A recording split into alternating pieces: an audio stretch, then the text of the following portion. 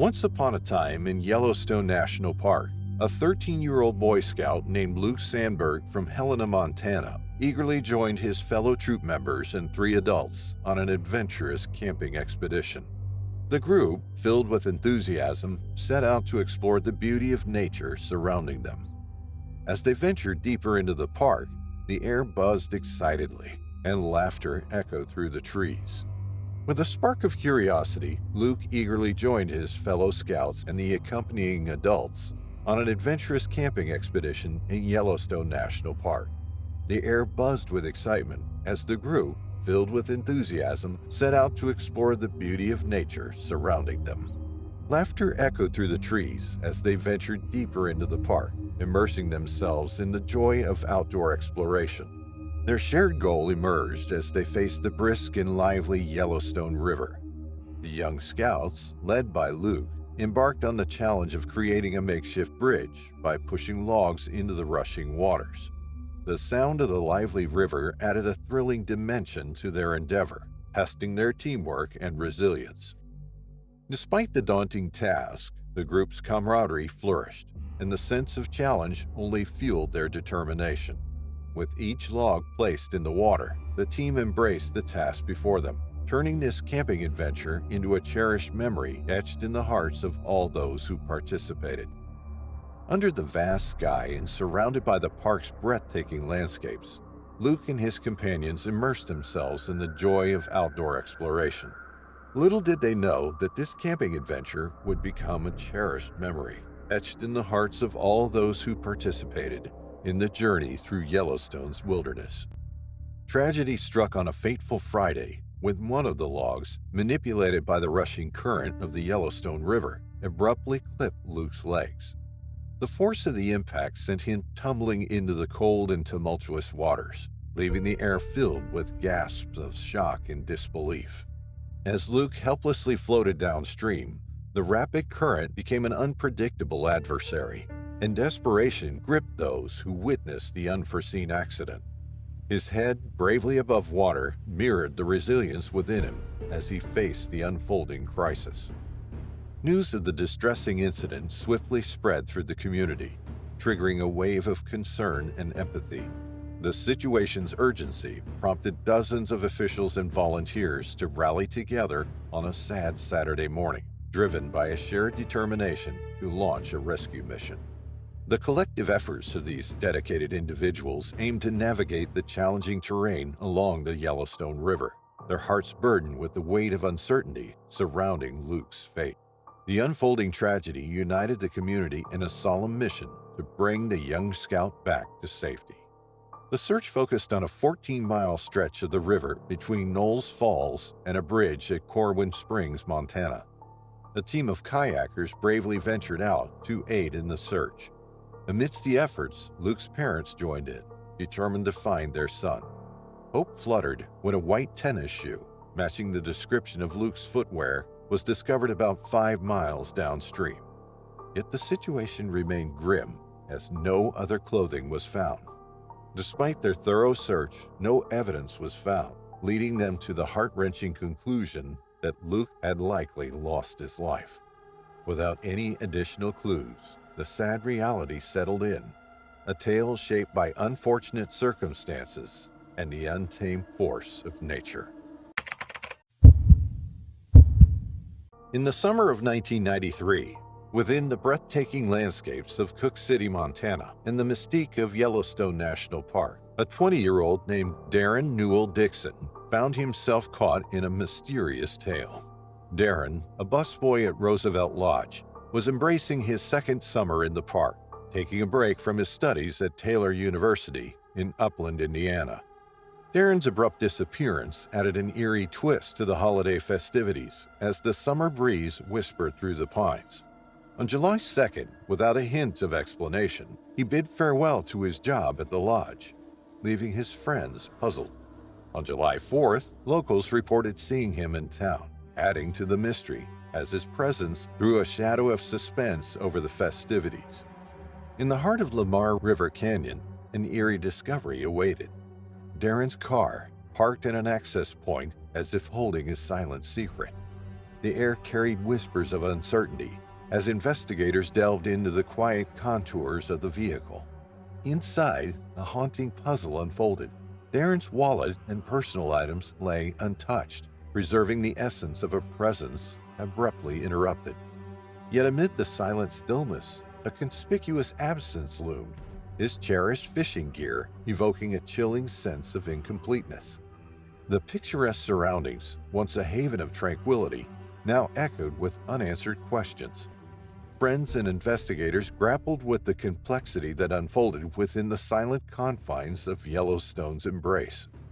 Each piece of Darren's belongings spoke cryptically, leaving those who sought him with a chilling realization.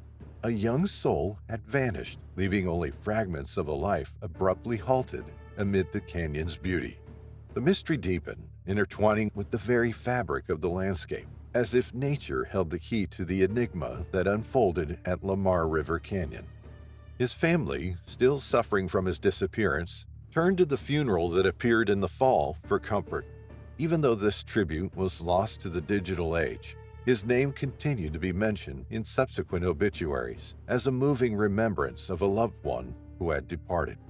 One way to honor Darren's memory was to create a scholarship at Taylor University. Darren appeared in the Wyoming Department of Criminal Investigations database amidst the numerous unaccounted-for individuals, evidence of an unsolved case.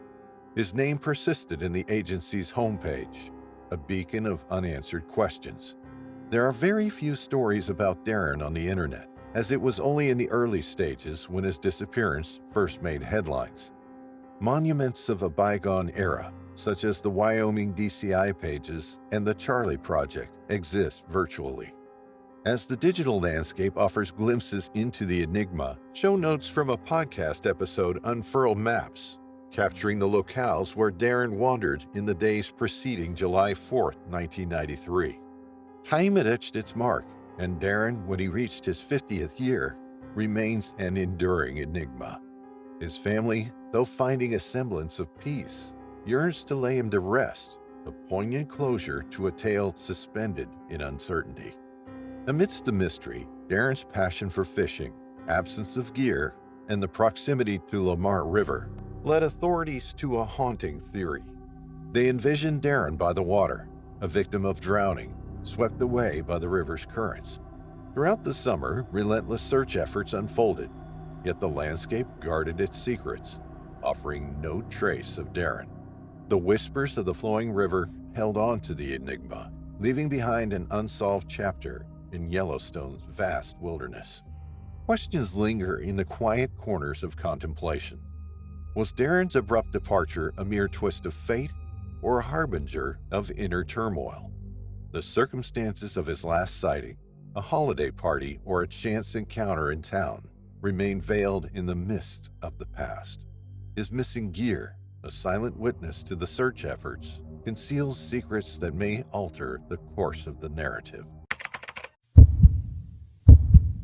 A story of heartache and unresolved mystery unfolds in the vast expanse of Kakadu National Park, nestled in the Northern Territory of Australia. It's a tale that begins in 1986, under the enormous Australian sky, where the vibrant life of a young man named Norman Lawson intersects with the unforgiving forces of nature. Norman, a 16-year-old with dreams as vast as the landscapes he grew up in, carried the spirit of adventure and a deep connection to his indigenous roots. His family, particularly his sister Susan, saw in him a protector, a caring soul with aspirations beyond the confines of their nomadic upbringing. The Lawson siblings, including their brother Murray, shared a bond forged in the fires of life's trials, moving through the vast terrains of the Northern Territory, learning the ways of the land from their father, a proud man of the Iman people. Norman's life was a mosaic of ambition and cultural heritage. Despite his youth, he had already ventured into the world of entrepreneurship, starting a timber and fencing business with dreams of furthering his education to become a doctor or a lawyer. His goal was to give back to his community, to stand as a beacon of hope and assistance for those in need. In October 1986, Norman Lawson, age 16, embarked on a trip with 4 friends into Kakadu National Park, aiming to explore the remote area near Old Jim Jim Road, close to the South Alligator River. This location, celebrated for its stunning natural beauty, is also known for the presence of saltwater crocodiles, adding an element of danger to their adventure. However, this journey took a dire turn. Norman did not return like any other trip. The group adventured into the wilderness, eager to experience the raw and untamed environment. But when it was time to head back, Norman was nowhere to be found. His disappearance in the vast and wild park became a long-standing, unresolved mystery. The days following Norman's disappearance were fraught with anguish and desperation. Susan, who was 17 at the time, grappled with the unbearable pain of loss. Upon realizing Norman did not return as expected, their father alerted the authorities, igniting a search that spanned 5 days. The family fought tirelessly for every resource, including helicopters to be deployed in the search for Norman, but to no avail. He was never found. Following Norman Lawson's vanishing in 1986 during a trip to Kakadu National Park, a cloud of speculation and mystery shrouded his disappearance. The official inquest 3 years later hinted at a possible crocodile attack as the cause, given the known dangers in the park. Susan's doubts opened the door to many other theories, each adding layers to the mystery. She wondered if foul play was involved, considering the peculiar circumstances surrounding his last known location and the company he was with. Norman's companions' lack of immediate action to report him missing raised questions. Could an altercation or disagreement have led to a tragic outcome? Furthermore, the notion that Norman might have intentionally disappeared was floated. Given his deep connection to the land and desire for a simpler life, some pondered if he chose to vanish, starting anew under an assumed identity. Another theory speculated about an accidental misstep or injury that left Norman unable to return, perhaps succumbing to the elements before help could reach him. The discussion of these theories, while providing no definitive answers, keeps the memory of Norman Lawson alive, turning his story into a tapestry woven with threads of speculation, hope, and the enduring mystery of his fate in the wilds of Kakadu National Park.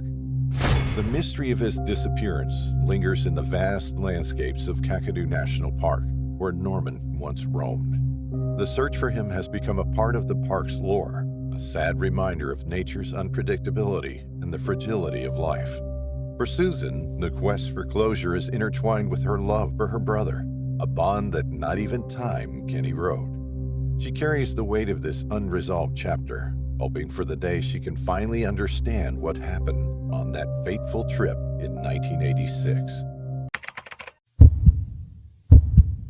As the sun glowed on the rugged terrain north of Yellowstone National Park on March 23, 2022, the air buzzed with anticipation as Craig Pluatra prepared for a hiking adventure. He was a 40-year-old family man hailing from Livingston, Montana. Craig's love for the great outdoors beckoned him to the majestic mountains that stood as silent sentinels against the azure sky. Accompanied by a friend, the duo embarked on a fateful Wednesday morning, their footsteps echoing through the serene wilderness. Driven by the primal urge to explore and perhaps uncover the hidden treasures of the untamed landscape, Craig and his companion went deeper into nature's embrace. The towering peaks and whispering pines bore witness to their journey, unaware that this excursion would take a tragic turn. Once a source of solace and inspiration, the mountains became a backdrop for a tale of unforeseen peril as the day unfolded.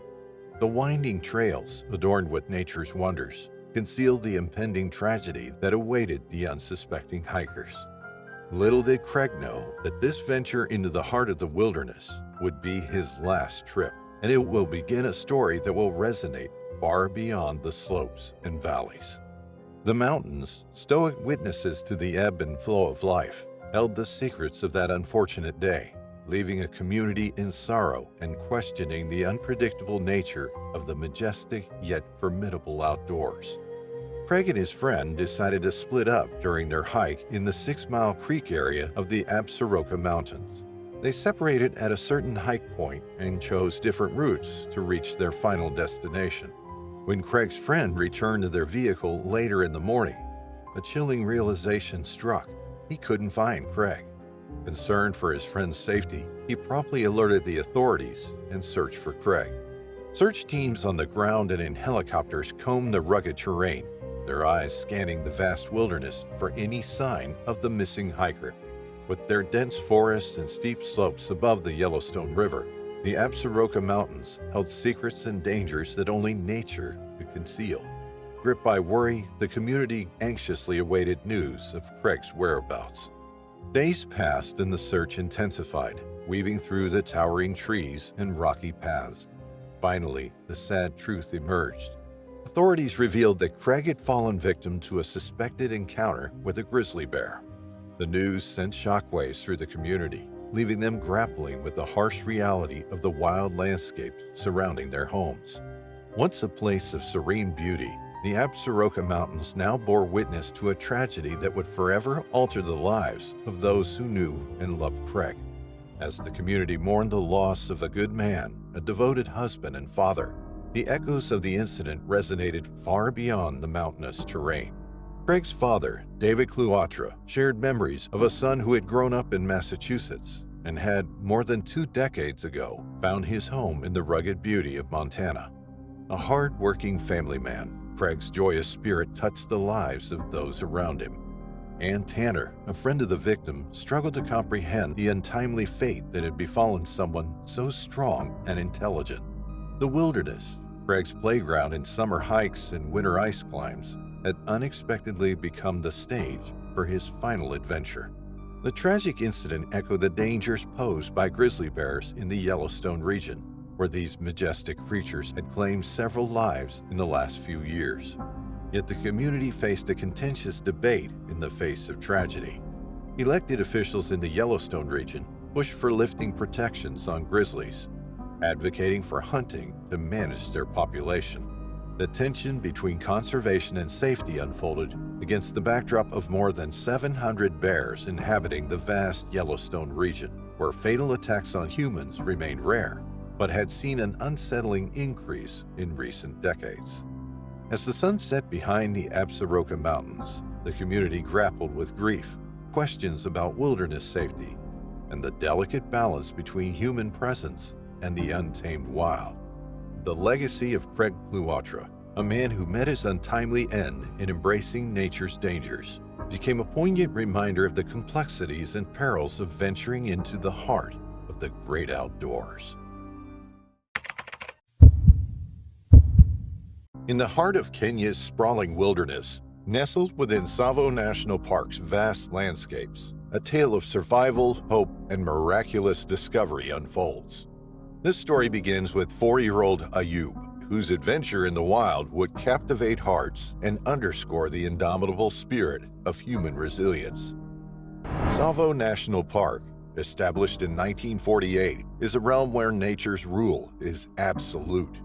Spanning over vast territories, it's home to the formidable Big Five: lions, leopards, elephants, buffalo, and rhinos. Its untamed landscapes, part of Africa's majestic wilderness, serve as a backdrop to Ayub's incredible journey. While a sanctuary for diverse wildlife, the park is also known for human-wildlife conflicts, a testament to the delicate balance between humans and nature in this region. On a day like any other in January 2023, young Ayub, living in Asa Village in Makueni County, ventured with his brothers to tend to their family's cattle, a routine deeply ingrained in those who lived near Tsavo. Little did anyone know that this day would begin an extraordinary saga of survival. As evening approached and a downpour veiled the park, Ayub was separated from his brothers, alone in the embrace of Tsavo's wilderness. The search for Ayub would soon mobilize a community and conservationists, drawing attention to a child's plight against the odds of nature's formidable forces. Roan Carr-Hartley, a seasoned pilot with Sheldrick Wildlife Trust, played a pivotal role in this tale.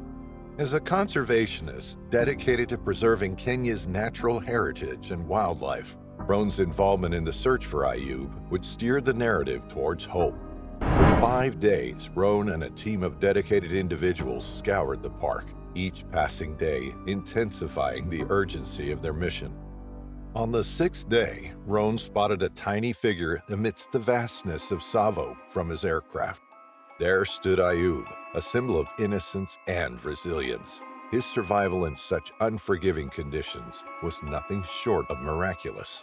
The search party, guided by Roan's keen eyes, finally reached Ayub, marking an emotional reunion with humanity. Ayub's return was a personal victory for him and his family, and a moment of collective joy and relief for the entire community. The images captured by Roan, showing Ayub's rescue, spoke volumes about the ordeal he had endured and the collective effort that brought him back home. The aftermath of Ayub's rescue brought about profound changes. His family, overwhelmed with gratitude, renamed him Roan to honor the pilot who played a crucial role in his survival. The community's awarding of a goat to Roan symbolized their deep appreciation and respect for his efforts. Ayub's tale transcends mere survival. It's a narrative enriched with the themes of human connection, the kindness of strangers, and the relentless spirit of a child against the backdrop of nature's grandeur. In Tsavo National Park, where the wild reigns supreme, a young boy's story of survival adds a heartening chapter to its legacy, reminding us of the incredible resilience within the human spirit. A strange story occurs in the small village of Reed Point, Montana, which the Yellowstone River hides away. Secrets appear to be discovered in the rivers that wind through this peaceful neighborhood. This is a tale of a man gone missing, a river concealing its reality, and the everlasting quest for knowledge. The townspeople were overcome with mystery as the sun set below the horizon in Montana, creating lengthy shadows across the riverbanks. Randall Crawford, a Park City resident, age 63, vanished from sight on August 8, 2021. There was confusion regarding the events leading up to his disappearance. The search for Randall commenced, a collective effort by the community, search and rescue teams, and the river itself, now a silent witness to the unfolding drama. The initial reports, veiled in ambiguity, hinted at the situation's complexity. Articles from different sources added layers to the mystery, each providing a piece of the puzzle. Sweetgrass County Search and Rescue, along with the assistance of Stillwater County Search and Rescue, embarked on a search mission to locate Randall. The tight-knit community rallied to bring him home, facing the challenges surrounding the rugged terrain of Indian Fort.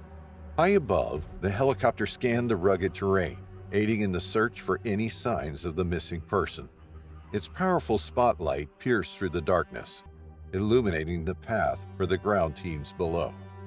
On the ground, Gallatin County Search and Rescue dogs used their keen senses to sniff out any traces of the lost individual. With their trained noses and unwavering determination, they scoured the area, guided by their handlers to bring the missing person to safety.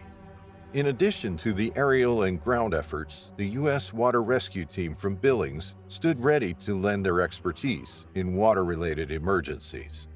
Their specialized training equipped them to navigate the waters, ensuring no stone was left unturned in the search for the missing individual.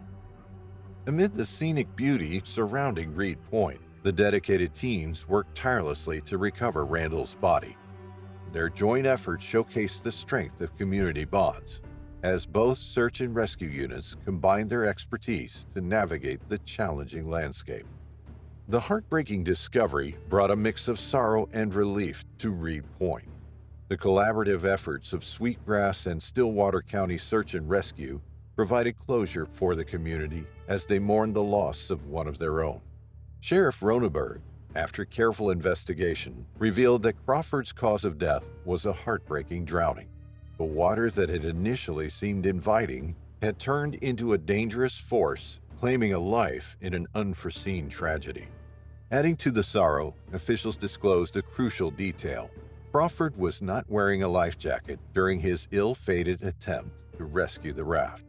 The absence of this simple safety measure played a pivotal role in the tragic turn of events. As the community grappled with the loss, the incident served as a poignant reminder of the unpredictable nature of waterways.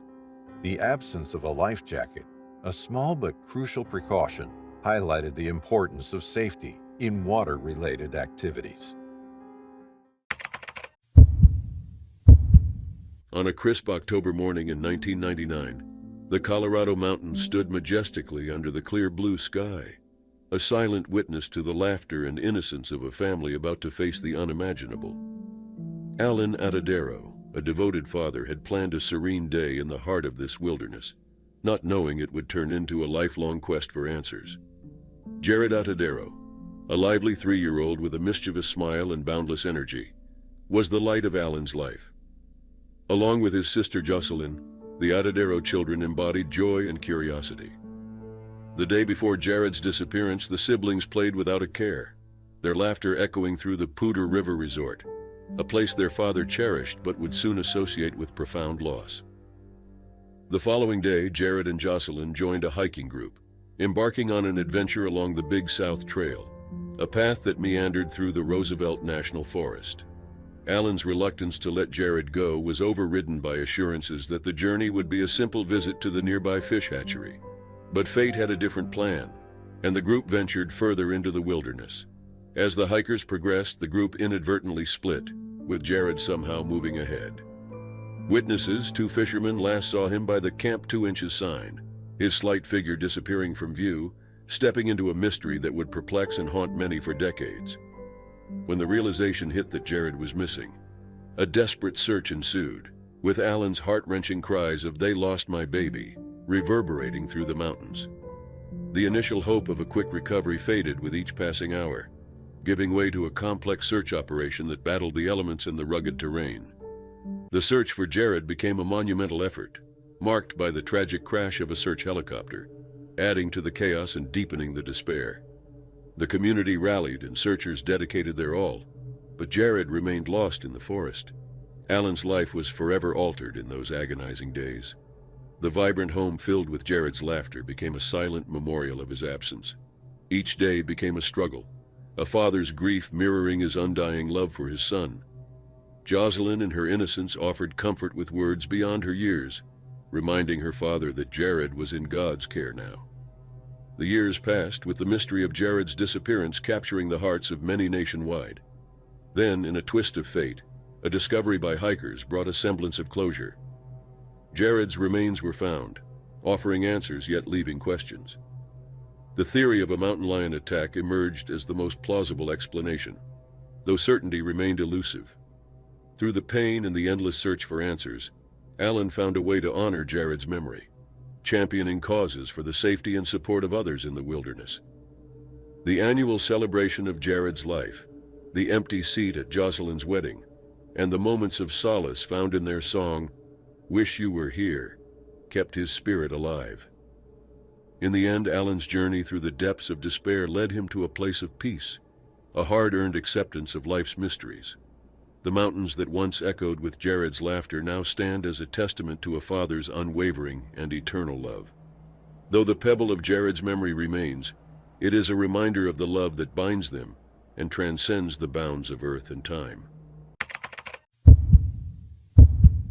In the tranquil city of Oakley, California, a community was shaken by the disappearance of a young girl, Araya Morning. At just 17 years old, Araya vanished into the thin air of a cool February night, setting off a series of events that would captivate and concern her community. This tale unfolds in a quiet neighborhood where the streets, usually bustling with the sounds of everyday life, grew silent in the wake of her absence. Araya, a petite girl with a presence much larger than her 5'1" stature, was known for her vibrant personality and unmistakable laugh. Her black hair and brown eyes were familiar and comforting sights to those who knew her well. On the night of February 15, 2024, she was last seen wearing a dark leather jacket and black leggings, attire that spoke to her unique style and spirit. The location of her last sighting, near the crossroads of Rocky Mountain Way and Grand Canyon Circle, would soon become the focal point of a desperate search. The Oakley Police Department, upon learning of Araya's disappearance, acted swiftly to issue an Amber Alert, a call to action that underscored the urgency of finding her. This alert, spreading through Alameda and Contra Costa counties, was a beacon to community vigilance, prompting residents to keep their eyes peeled for any sign of the missing teen. Araya's sudden departure from her home on the 400 block of Rocky Mountain Way was way out of character, even though she had a history of brief, unannounced departures. Her parents, gripped by a mixture of hope and fear, initially hesitated to involve the police, clinging to the belief that Araya would return just as suddenly as she had left.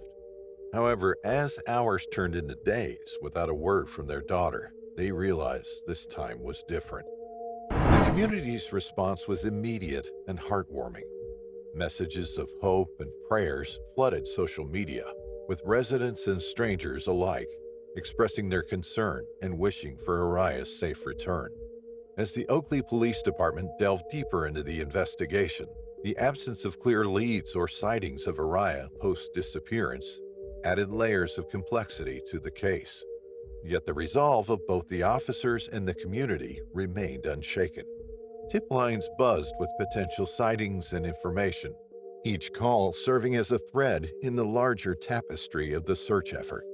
The narrative of Araya Morning's disappearance is the story of a community united by concern and hope. It is a reminder of the fragility of safety and strength found in collective action. As the search continues, the spirit of Oakley shines brightly, a beacon of hope in the quest to bring Araya home. This story, marked by the absence of its protagonist, is not just about a missing teenager. It's a testament to the resilience of a community faced with uncertainty. With a blend of humor to lighten the heartache, the tale weaves through the efforts to find Araya, highlighting the peculiarities of human nature and the bonds that tie a community together in times of crisis. The investigation into Araya Morning's whereabouts remains ongoing, a puzzle yet to be solved. As detectives piece together the events of that February night, the community of Oakley holds its breath, awaiting the moment when Araya walks back through her door into the embrace of a family and a community that has missed her dearly. The story of Araya Morning is far from over, but it serves as a poignant reminder of the strength found in hope and the power of a community that refuses to give up. In the shadowed whispers of Banff National Park, where the North Saskatchewan River winds like a serpent through the dense, untamed wilderness, the mysterious disappearance of Gagandeep Singh Khalsa in 2020 remains a chilling enigma. A 23-year-old man whose life was a vibrant tapestry woven with aspirations, community service, and a profound love for the natural world. Gagandeep, who had journeyed from India to Canada 4 years prior, embodies youthful ambition and dedication. In Calgary, he became an indispensable part of the Sikh community, known for his selflessness and generosity. His days were split between working as an office assistant at a medical office, fervently studying after graduating from Bow Valley College, and immersing himself in volunteer work. Gagandeep was not just building a life, he was crafting a legacy of kindness and hard work, while awaiting his permanent residency papers to solidify his place in his dream country. But Gagandeep's story took an unforeseen turn one fateful Saturday evening during a hike along the Glacier Lake Trail. With two friends by his side and the serene backdrop of a pedestrian bridge over the North Saskatchewan River, he paused to capture the moment with his camera. The swift and unforgiving river played the unsuspecting stage to a tragic misstep. Gagandeep slipped into the cold, fast-moving waters, leaving his friends in a frantic dash downstream in a futile attempt to keep track of him.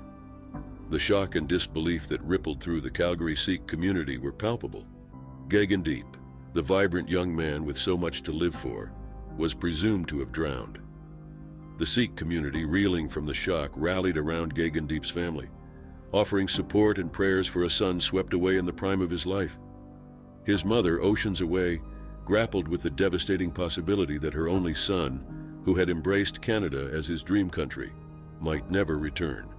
Gagandeep, who had recently celebrated his engagement and stood on the cusp of a bright future, was now the subject of a tale that whispered of loss and the unfathomable secrets of the North Saskatchewan River. Search efforts commenced urgently as emergency crews responded with helicopters and ground teams, combing the area until darkness fell. The search resumed at dawn with added resources, including jet boats and the Canadian Canine Search Corps. Yet the river, with its hidden depths and swift currents, offered no clues to Gagandeep's whereabouts. As the search operations faced logistical challenges and the natural perils of the remote area, those who knew Gagandeep clung to hope while grappling with the reality of the situation. The swift-moving water, an often underestimated hazard, had claimed the life of a beloved community member, volunteer, and friend. The search efforts were eventually scaled down, but the resolve to find Gagandeep remained, with plans to continue monitoring the river, hoping that time would bring closure to his family and friends. As word of his disappearance spread, theories began to swirl like the mist that often clings to the peaks of Banff. Some whispered of a sinister undercurrent in the seemingly serene park, suggesting that Gagandeep's fall was no accident. Rumors surfaced of suspects, shadowy figures whose motives lay hidden beneath layers of mystery, prompting investigations that seemed to lead further into darkness rather than light. Gagandeep's disappearance in the majestic setting of Banff National Park is a poignant reminder of the unpredictable nature of life and the fragile thread that connects us. His story, marked by dreams, love for the outdoors, and an abrupt end, haunts those who knew him and the community he served. It is a tale that leaves us with more questions than answers, a life cut short in the pursuit of adventure, leaving behind a legacy of service and the mystery of what truly happened on that tragic day by the river. Yellowstone National Park is famous for its geological significance. The park is a hotspot for wildlife lovers, offering the chance to witness diverse species such as grizzly bears, wolves, and herds of bison in their natural habitat. The park's expansive landscapes showcase dramatic canyons, alpine rivers, and pristine lakes, contributing to its status as a UNESCO World Heritage Site. This story took place inside the vast boundaries of Yellowstone National Park. On an ordinary day in Teton Village, September 19, 2009, Catherine Ann Major, a 53-year-old woman, vanished without a trace. Her story is full of mystery, puzzling investigators and online detectives alike. This story revolves around the events around Catherine's disappearance, trying to make sense of the pieces of this intense cold case. In the quiet corners of Catherine's life, her love revolved around 2 children and 2 cherished cats. On that fateful day, September 18, 2009, Catherine found herself at the elegant Four Seasons Resort in Teton Village, Wyoming. Little did she know that this visit would change the course of her story. Caught in the watchful eyes of surveillance cameras, Catherine was captured stealing a master key to the spa and pilfering belongings worth $714 from the resort. It was a puzzling act. Catherine had money, yet she chose to steal. The reasons behind her actions remained a mystery as she was apprehended, adding an unexpected twist to the chapters of her life. As the clock ticked away on the afternoon of September 19th, the resort's authorities knocked on Catherine's room door. Confronted with the weight of the allegations, Catherine faced a pivotal moment. In an unexpected turn, she agreed to settle the dispute by paying the contested amount. In a gesture of leniency, the resort pledged not to press charges, but on one condition: she had to leave the resort immediately. Understanding the gravity of the situation, Catherine committed to the deal and assured the officers that she wouldn't engage in further misconduct. As the sun dipped lower in the sky, security returned to Catherine's room an hour later. The time was 4 p.m., and the air was filled with uncertainty. To their surprise, Catherine was nowhere to be found.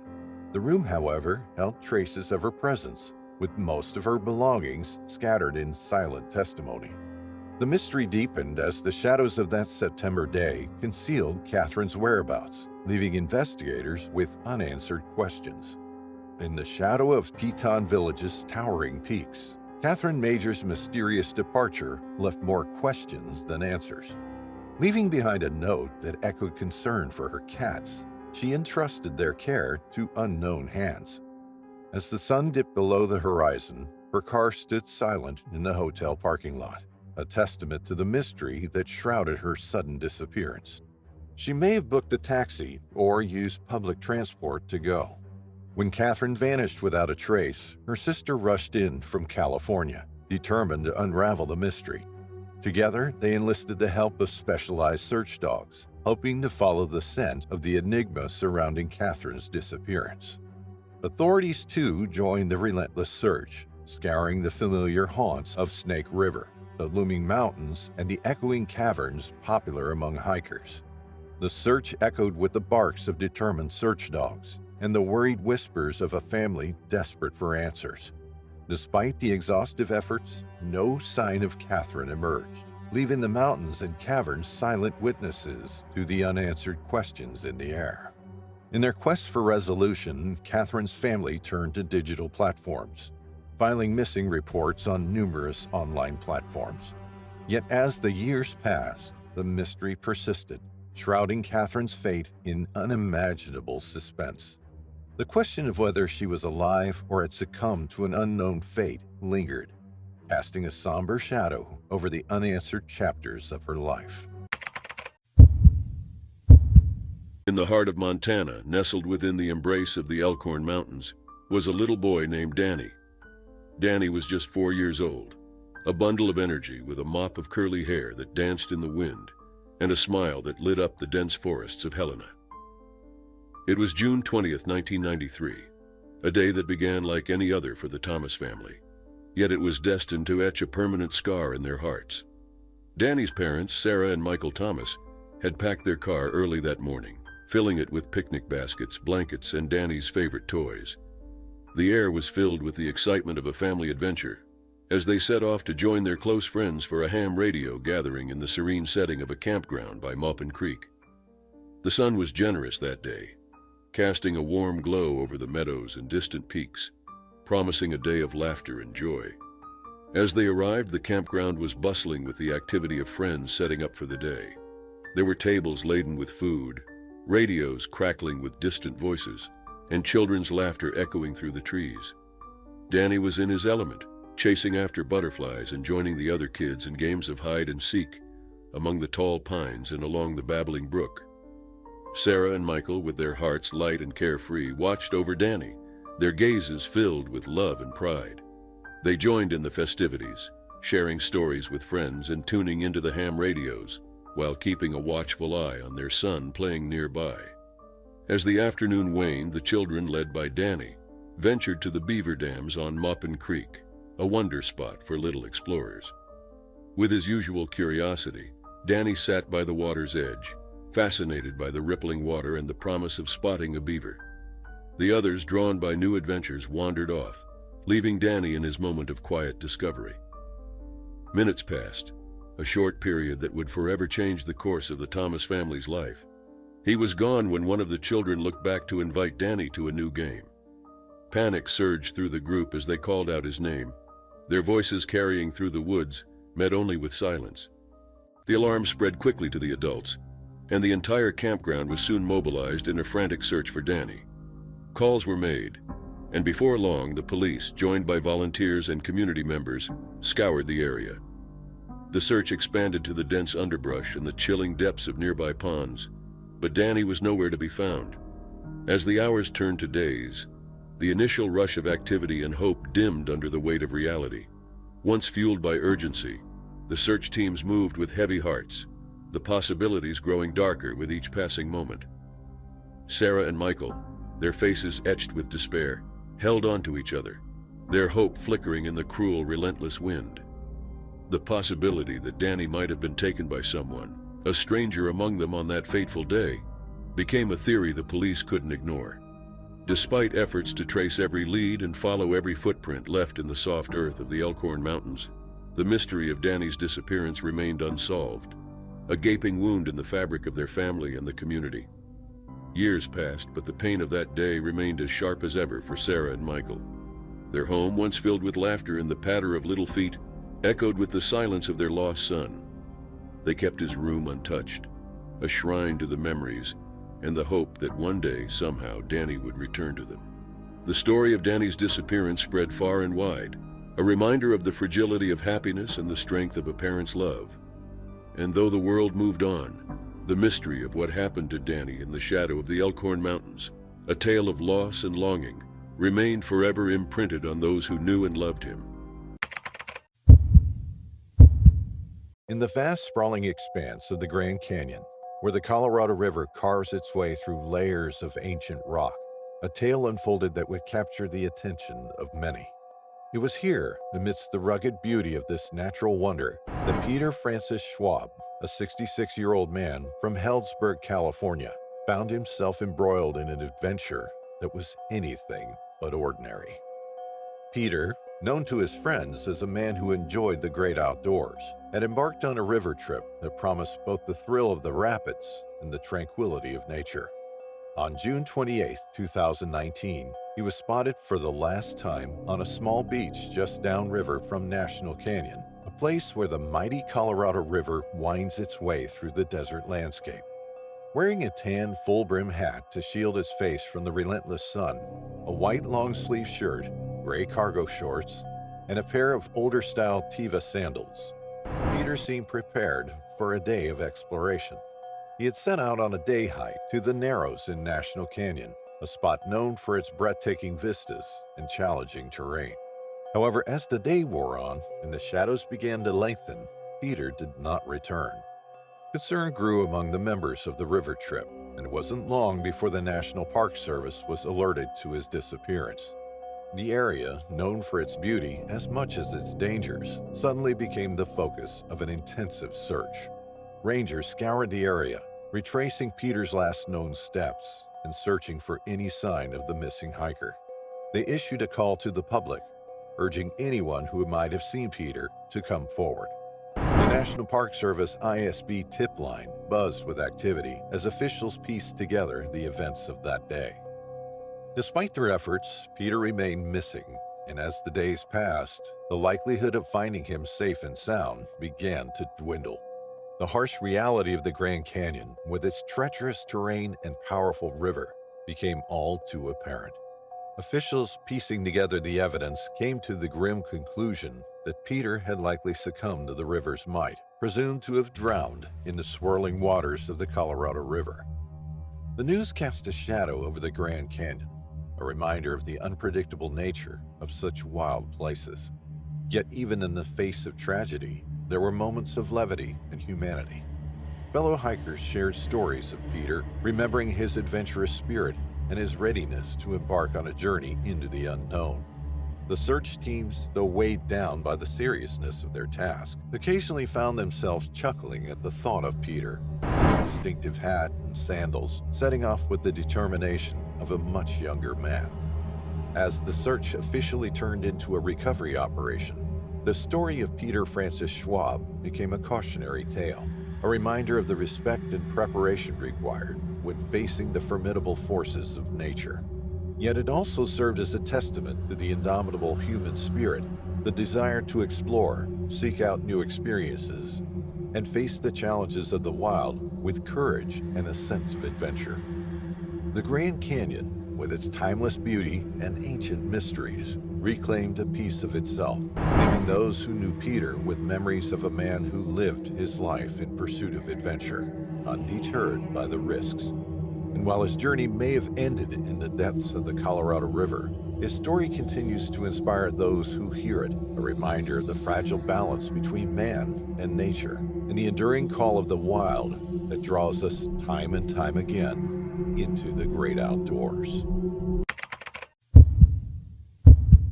Amid a vibrant summer on July 15, 2021, Jean Lafitte National Park, a sanctuary of natural beauty located just outside New Orleans, Louisiana, became the scene of an unfolding mystery that captured the hearts of the local community and beyond. Ellis Bodine, a spirited 4-year-old boy with nonverbal autism, ventured into the park with his family, looking forward to a day filled with exploration and the simple joys of childhood. Ellis, described by those who knew him as an energetic and loving child with a penchant for adventure, was particularly fond of Paw Patrol, a detail that painted a picture of innocence and wonder.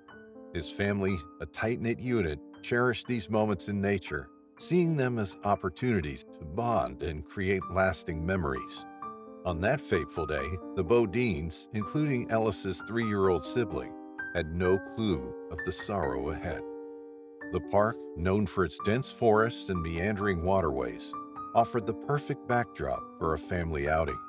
The lush landscape greeted them as they arrived, promising tranquility and beauty. However, as the afternoon unfolded, a momentary lapse transformed the day into every parent's nightmare. Ellis's mother, momentarily stepping away to retrieve an item from the car, was met with the sound of a splash. In an instant, the laughter and chatter gave way to silence, and Ellis was nowhere to be found. Panic ensued as Ellis's mother plunged into the water near the twin canals, desperately searching for her son. The water, usually a source of life and refreshment, became a tableau of fear and uncertainty. Despite her efforts, there was no sign of Ellis. In the days that followed, the Jefferson Parish Sheriff's Office and a dedicated team of divers, sonar experts, and cadaver dogs launched an extensive search for Ellis.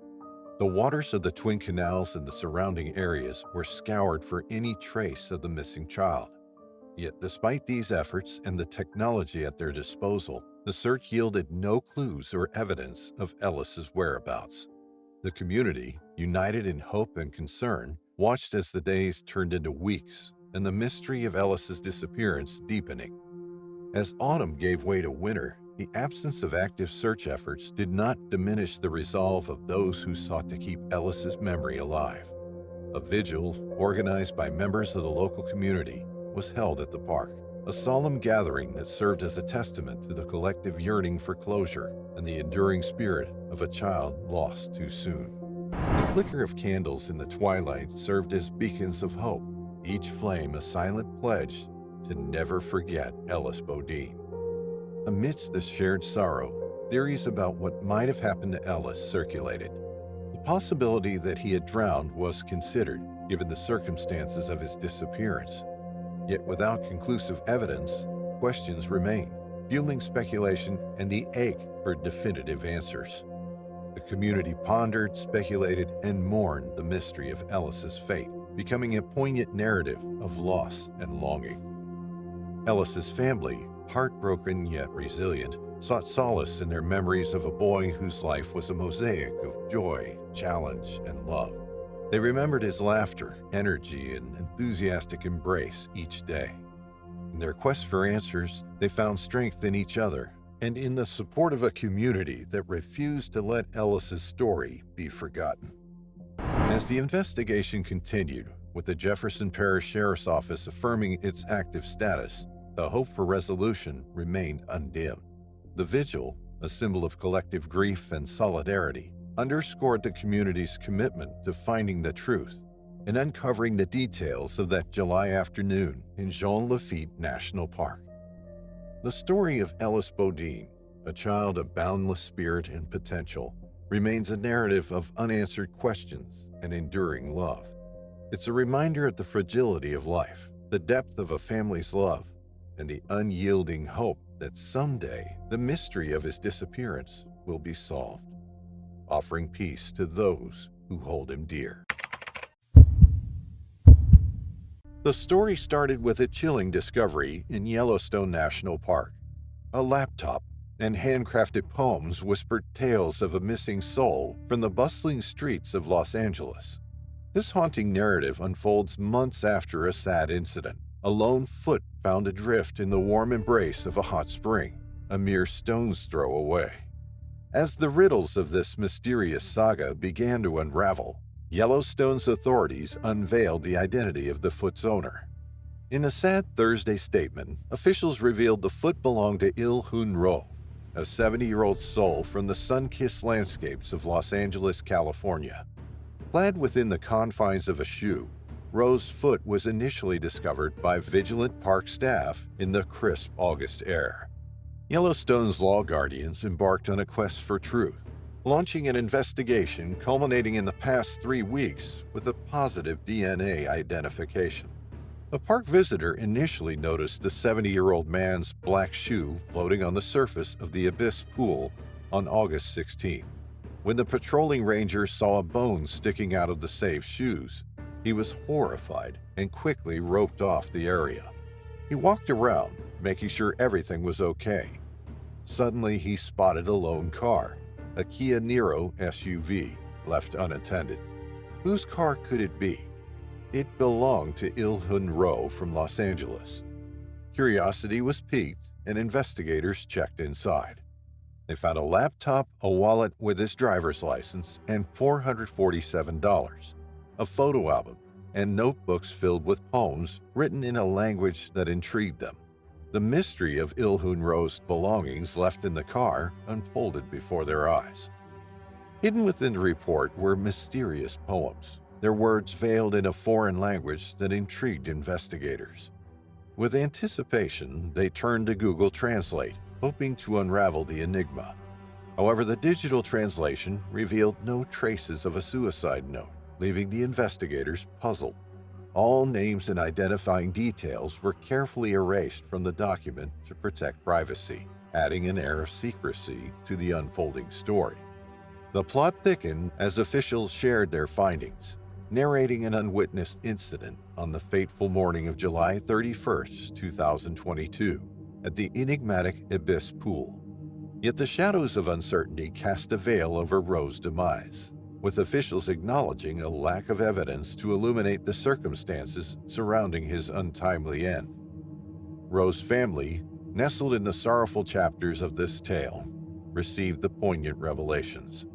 The discovery of the foot prompted a temporary closure of the West Thumb Geyser Basin, and a poignant caution echoed through the park, a reminder to visitors to tread cautiously on boardwalks and trails in thermal realms, where the earth hides its fragility beneath, concealing scalding waters just beneath the surface.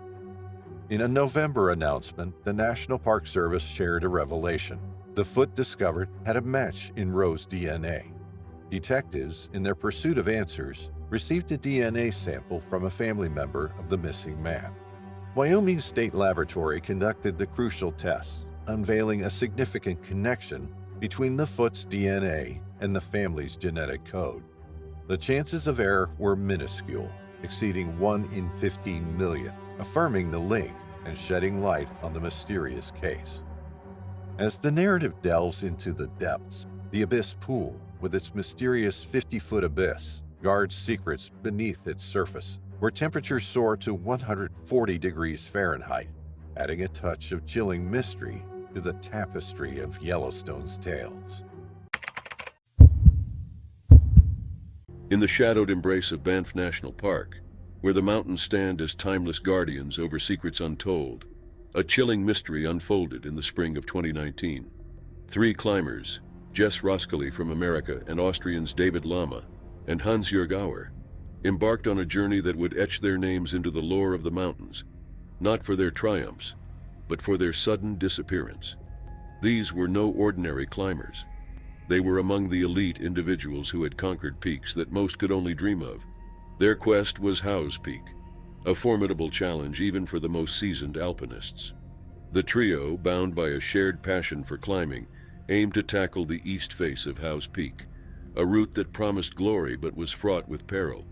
As they set out, the park was alive with the sounds of nature, oblivious to human endeavor. Back home, their families waited, familiar with the mixture of pride and worry that came with loving an adventurer. The climber's journey into the heart of the mountains was a leap into the unknown, driven by an insatiable urge to confront the raw power of the wild. A silence fell over the expected communications the day after they were last seen. Concern grew into alarm, and soon a search was underway. Parks Canada's response was swift, but they found it disheartening. A tableau of devastation wrought by an avalanche, with signs of the climber's passage abruptly ending in a maelstrom of snow and ice. The news of the avalanche hit the families like a physical blow. The waiting, filled with desperate hope for any sign of survival, was agonizing. Each day, without a word, was descending into uncertainty and despair. The climbers, who had always returned from the embrace of the mountains, now seemed to have been claimed by them. Speculation abounded in the absence of concrete answers. Some whispered of the mountain's curse, an ancient force wary of human intrusion. Others pondered the climber's fate, wondering if a sudden shift in weather or an underestimated risk had led to the tragedy. The possibility that they had ventured off the known path, seeking to make their mark with a new route, added layers to the mystery. The families grappled with the unknown, each theory a double-edged sword offering solace and torment. The climber's prowess was undeniable, leading some to believe that if anyone could survive the capricious wrath of the mountains, it was them. Yet as days turned into weeks, hope dimmed, overshadowed by the looming specter of loss. In the hearts of those who knew them, the climbers were remembered for their ambition and the life they breathed into their passion. Jess, with his vibrant spirit, David, the prodigy who danced on the edges of possibility, and Hansjörg, whose quiet determination spoke volumes. Their absence left a void, a silence where once there were stories of adventure and laughter. In the end, the mystery of what happened to Jess Roskilly, David Lama, and Hansjörg Auer in the avalanche at Banff remains a haunting reminder of the mountain's sovereignty over human endeavors. Their story, woven into the fabric of the park's history, is a testament to the allure and danger of the world's high places. For their families, the absence of definitive answers does little to quell the ache of loss. Yet in the heart of every climber who follows in their footsteps, the trio's spirit endures, a beacon guiding those who continue to seek the thrill of the ascent amidst the beauty and terror of the mountains. In the vast, sprawling wilderness of the Grand Canyon, a mystery unfolded that would perplex and intrigue those who stumbled upon it. It was September 17, 2017, a day like any other in the park, except for the fact that Zhongyong Wan, a 45-year-old man, would suddenly vanish without a trace. His disappearance would soon become a tale whispered among the towering cliffs and echoing canyons, a puzzle that seemed as vast and inscrutable as the park itself. Zhongyong's journey began not in the Grand Canyon, but in the bustling streets of Los Angeles, where he lived. His life took a mysterious turn when his white Toyota Camry was discovered abandoned at Moran Point on the south rim of the Grand Canyon National Park. This discovery was baffling for several reasons. For one, Zhongyong had no known reason to be in the area. His car, previously spotted near the New Hants trailhead, sat silently, holding the secrets of its owner's whereabouts. The details of Zhongyong's life before his disappearance add layers of complexity to the case. A few months earlier, in the quiet town of Knoxville, Illinois, he had a run-in with the law. One night, his white car nearly caused a collision, leading to a police stop where a language barrier complicated the interaction. Zhongyong, speaking little English, revealed he was moving to New York and the car belonged to his nephew. A search of the vehicle uncovered cannabis and a digital scale, which he claimed were gifts from a friend in California. Despite the potential legal ramifications, this incident seemed like a mere footnote in the grand narrative of Zhongyong's life until his disappearance. Theories abounded among those who followed the case. Some speculated that Zhongyong, perhaps overwhelmed by legal troubles or the weight of personal issues, sought solace in the wilderness. Others wondered if he had met with foul play or succumbed to the natural dangers of the park. The New Hants trailhead, known for its challenging terrain and the absence of a designated parking area, hinted at a possible hike gone awry. This trail, more suited to experienced backpackers than casual day hikers, featured steep descents and rugged paths, and in September, the relentless heat could dehydrate an unprepared traveler swiftly. Amidst these speculations, the online community dissected every available piece of information, sharing theories and offering condolences. Some pointed out the harsh realities of navigating the U.S. national parks, especially for foreigners who might underestimate their vastness and the dangers they contain. Discussions veered from the plausibility of Zhongyong getting lost or injured on a difficult trail to the darker corners of human nature and the possibility of suicide. The silence from Zhongyong's family puzzled many. Was it possible that they were unaware of his fate, or did they choose to grieve in private, away from the prying eyes of the public? The lack of updates, coupled with the sparse details from official sources, left a void filled with speculation and sorrow. Despite the best efforts of park authorities and a collective sleuthing of interested onlookers, Jung-yeon's fate remains a mystery. His story is a somber reminder of the unpredictability of life and the impenetrable depths of nature's majesty. The Grand Canyon, with its breathtaking views and hidden dangers, continues to hold Jung-yeon's secret, a testament to the enduring mystery of human existence against the backdrop of the natural world. As the years pass, Jung-yeon's story is etched into the lore of the Grand Canyon, a haunting narrative of loss and unanswered questions. It stands as a somber beacon for those who venture into the wild, a reminder of the thin veil between beauty and danger, between being found and becoming forever lost. On an autumn day in October 2006, the beauty of Crater Lake National Park was fully on display, with its deep blue waters reflecting the clear skies above. Sammy Bölke, an adventurous 8-year-old boy with a sparkle in his brown eyes, was about to embark on a day he had been eagerly anticipating, exploring the park's wonders with his father Kenneth. The air was crisp, filled with the scent of pine, and promised memorable father-son moments. Kenneth, a loving father with a gentle demeanor, had planned this trip as a bonding experience. Sammy, with his mild autism, found comfort in the serene landscapes, away from the loud noises and bright lights that often overwhelmed him. The vast openness of Crater Lake, with its mystical allure and tranquil beauty, was a perfect escape for Sammy, who was as curious as he was cautious, his imagination captivated by the natural world. As they arrived near Cleetwood Cove, the afternoon sun painted golden hues across the park, and Sammy's excitement was palpable. He donned his favorite red suede slip-on shoes and a blue winter coat to fend off the chill, and his eyes shone with anticipation. Kenneth watched his son, his heart swelling with love and pride, knowing these moments were precious. They decided to play tag, a simple game that turned into a moment of laughter and joy echoing through the trees. With a burst of energy, Sammy ran up a cinder slope, his laughter filling the air. Kenneth called out to him, his voice laced with warmth and amusement. But as the shadows grew longer, a hint of urgency crept into his tone, signaling it was time to head back. But Sammy, caught in the thrill of the game and perhaps the allure of finding gold in the form of some yellow rocks, didn't respond. Kenneth's calls grew more desperate as he followed Sammy up the slope, but the boy, perhaps thinking it was still part of the game, kept ahead, his figure disappearing over the crest. Panic set in for Kenneth as the realization dawned that Sammy was no longer in sight.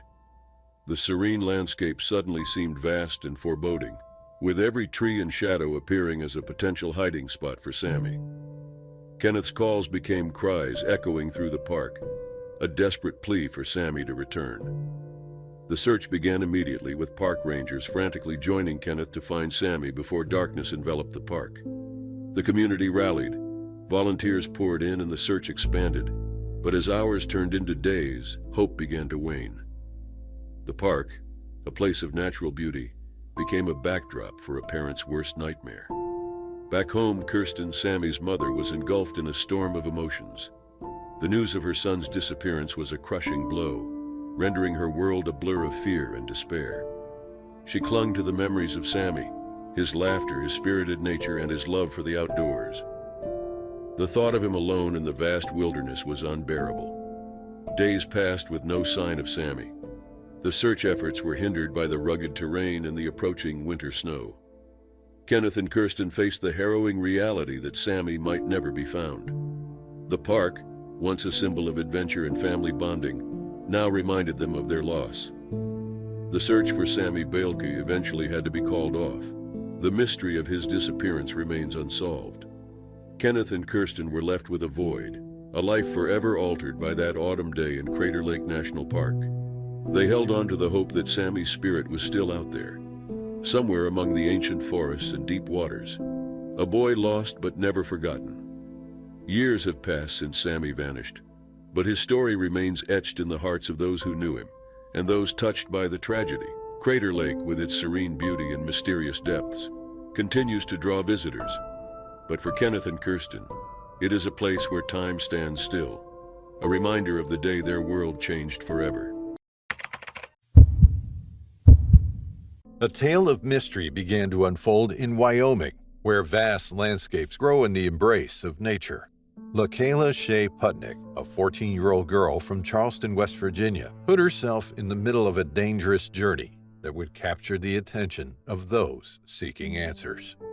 Yellowstone National Park, a world of awe-inspiring wonders, stood as a backdrop to Shea's peculiar adventure. The park, known for its geothermal wonders, majestic wildlife, and breathtaking landscapes, was the canvas for the unfolding story. Shea's story turned unexpectedly in the bubbling geysers and serene wilderness. Temporarily placed with a foster family in Wyoming, Shea's life took an unsettling twist on August 7, 2018. In the vast expanse of Yellowstone National Park, she made a decision that left her family and authorities concerned. Without a trace, she departed from her foster family, setting in motion a series of events that would baffle those attempting to make sense of her mysterious disappearance.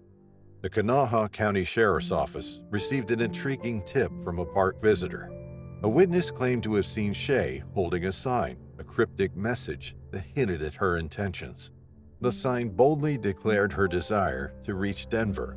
The motive behind Shea's journey remained shrouded in mystery, adding a layer of complexity to the unfolding narrative.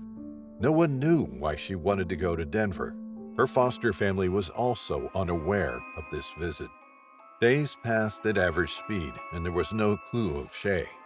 Neither the family nor authorities received any communication from the adventurous teenager. The wilderness of Yellowstone held its secrets, and Shea seemed to have become one with the park's enigmatic allure. As investigators delved into Shea's background, they found connections to distant lands: North Charleston, West Virginia, Fort Walton, Florida, Billings, Montana, and Denver. These connections painted a portrait of a teenager whose roots spanned across the vast American landscape. Each location held a piece of Shea's past, and the mystery deepened as the search expanded to encompass these diverse corners of the country. Why did Shea embark on this journey? What prompted a 14-year-old girl to go to Denver as her elusive destination? These questions raised concerns, echoing through the corridors of the sheriff's office and the minds of Shea's worried family members. Yellowstone National Park, known for its natural wonders, stood a silent witness of this secret. Amidst the geysers and mountains of Yellowstone, search and rescue teams continued on a search to unravel the mystery. The picturesque landscapes, once a source of tranquility, now echoed with the urgency of a community searching for one of its own. Helicopters soared above, and foot searchers combed through the dense vegetation, hoping to find a clue leading them to Shea. Despite all efforts, she wasn't found. The reasons behind Shea's decision, the significance of her ties to different places, and the mystery of her destination remained unanswered, leaving those following the saga in suspense. However, years later, there was a Facebook post from the Kanawha County Sheriff's Office. The post shed light on Shea's return. According to the post, Shea returned several months ago. When, how, and with whom? These questions were still unanswered. In the expanse of Yellowstone, where high mountains whisper tales of the past, the story of Shea and her unclear disappearance and return unfolded like a suspenseful novel. A teenager's disappearance, a cryptic sign, and the vast landscapes of America intertwined to create a narrative that would be etched in the annals of Yellowstone's rich history. On a crisp morning in July 1987, nestled within the breathtaking vistas of Victoria's Wilson's Promontory, the Hildebrand family embarked on what was meant to be a joyous family outing. With Joe's 11th birthday just a few days away, the family was accompanied by their mother, Christine, Joe's younger brother, Patrick, affectionately known as Patty, and cousins. It was a day like any other, filled with laughter and the anticipation of adventure in the wild. Patty, a 9-year-old boy with a contagious smile, suffered from epilepsy and had intellectual disabilities that never dimmed his spirit. He was the kind of child who brought joy with his presence, making the bushwalk seem like another opportunity for family bonding. With its sprawling landscapes and lush trails, the promontory was the perfect backdrop for such a gathering.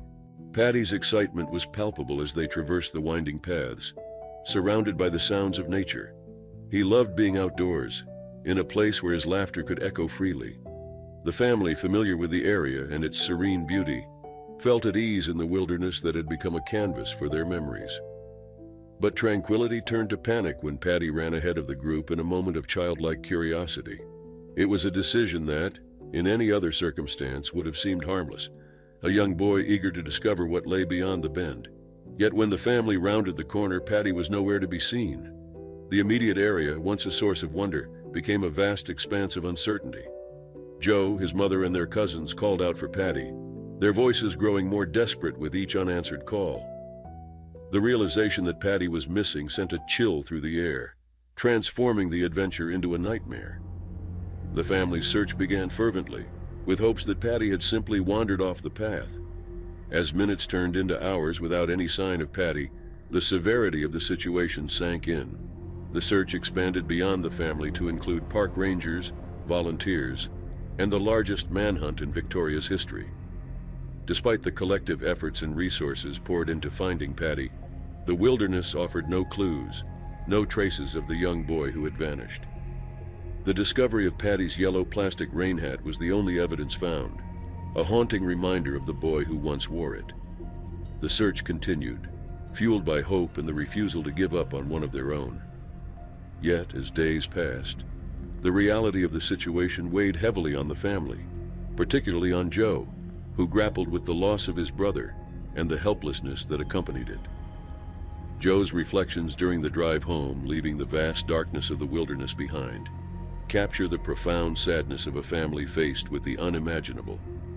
The journey, once filled with anticipation for the day's adventure, was now a sad return to a life forever altered. The absence of Paddy was a void that no amount of distance could diminish, a loss that time could not heal. Years later, Joe's bravery in sharing the story of Paddy's disappearance is a testament to their enduring love for his brother. It is a reminder of the fragility of life and the strength of a family's bond in the face of tragedy. Paddy's disappearance remains a painful chapter in the Hildebrand family's history, yet his memory lives on, a reminder of the pebble in the shoe ever present, a symbol of love and loss intertwined. In the vast boundaries of Yellowstone National Park, where nature's wonders meet danger, a tragic tale unfolded on June 7, 2016. Colin Scott, a recent psychology graduate, and his sister Sable went on a journey that would take them beyond the safety of prescribed paths. Colin, a young man from the scenic city of Portland, Oregon, embarked on a day trip with his sister, eager to explore the wonders of Yellowstone. Their chosen destination was the Norris Geyser Basin, renowned for its enchanting thermal pools and geysers that paint the landscape with nature's vivid palette. Fueled by excitement and curiosity, the siblings set out on a journey that would tragically veer into dangerous territory. Despite clear warnings and designated paths marked for the safety of visitors, Colin and his sister chose a different route, deviating from the prescribed boardwalk. Venturing into the forbidden landscape, they unknowingly stepped into an area where the geothermal wonders held not only a lure, but also concealed the potential for grave danger. The stage was set for an unfortunate turn of events in this forbidden territory, where the Earth's internal forces met the surface. Sable documented their forbidden exploration with a smartphone. As they approached a hot pool, tragedy struck. Colin, kneeling to gauge the spring's temperature, slipped and fell into the scalding waters. Within a matter of seconds, the boiling hot spring claimed the life of young 23-year-old Colin. In the absence of mobile phone service, Sable faced a desperate situation. Forced to leave the basin for help, she rushed to the nearby Ranger Museum, hoping that assistance would arrive in time to save her brother. Park officials, alerted to the incident, faced grim circumstances when they reached the spring. Remnants of Colin's head, upper torso, and hands were discovered, but the extreme conditions, a scorching 100 degrees Celsius or 212 degrees Fahrenheit spring, and an impending lightning storm thwarted recovery efforts. The following morning, as officials returned to the spring, the cruel reality of nature's power was unveiled. The acidic pool had completely dissolved Colin's body, leaving only a few personal belongings, a haunting testament to the danger that lurks within Yellowstone's thermal wonders. As the echoes of the tragic event resonated in the wilderness, Yellowstone served as a sad reminder of the importance of respecting nature's boundaries. The forbidden journey of Colin and Sable Scott, captured in a few fleeting moments, unfolded as a cautionary tale of the dangers beneath the park's breathtaking surface. After this heart-wrenching incident, Yellowstone National Park reinforced the importance of adhering to safety guidelines.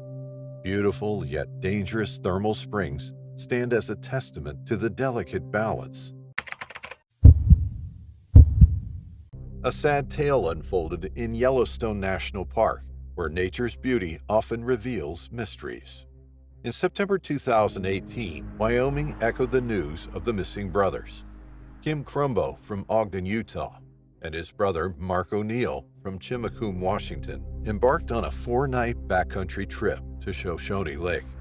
Little did they know the wilderness they sought to conquer would become the stage for a heart-wrenching saga. Both brothers worked as professional river guides. Kim Crumbo spent 20 years with the National Park Service as a Grand Canyon National Park park ranger.